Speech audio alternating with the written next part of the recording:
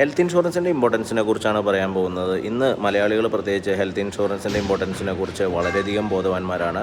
ധാരാളം പേര് health insurance തങ്ങളുടെ ഫാമിലിക്ക്, മാതാപിതാക്കൾക്കൊക്കെ എടുത്തു വയ്ക്കുന്നുണ്ട്.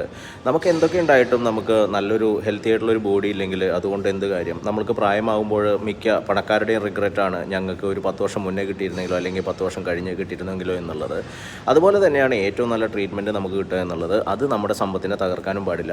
പല മലയാളി കുടുംബങ്ങളും പാപ്പരായിട്ടുള്ളത് ഭീമമായിട്ടുള്ള സംഖ്യ ആശുപത്രിയിലെ ചികിത്സയ്ക്കായിട്ട് കൊടുത്തിട്ടുള്ളത് കൊണ്ടാണ്. അതിൻ്റെ ഒന്നും ആവശ്യമില്ല. ഇപ്പോൾ നമ്മളൊരു ഫാമിലിക്ക് മൊത്തം ഇപ്പോൾ ഒരു 40 വയസ്സിന് താഴെയുള്ള ഫാമിലിയാണ്, അദ്ദേഹം, വൈഫ്, 2-3 കുട്ടികൾക്ക് ഒരു ഹെൽത്ത് ഇൻഷുറൻസ് 10 ലക്ഷത്തിന് എടുക്കാൻ 25,000 രൂപ കണ്ടാൽ മതി. നമ്മളൊന്ന് ആലോചിക്കേണ്ടത്, ഒരു ഹോസ്പിറ്റൽ എക്സ്പെൻസ് ഒന്ന് 2-3 ലക്ഷം കൊടുക്കുമ്പോൾ നമ്മൾ 10 വർഷത്തേക്കുള്ള ഇൻഷുറൻസിൻ്റെ പരിരക്ഷയാണ് ഇല്ലാതാക്കുന്നത്.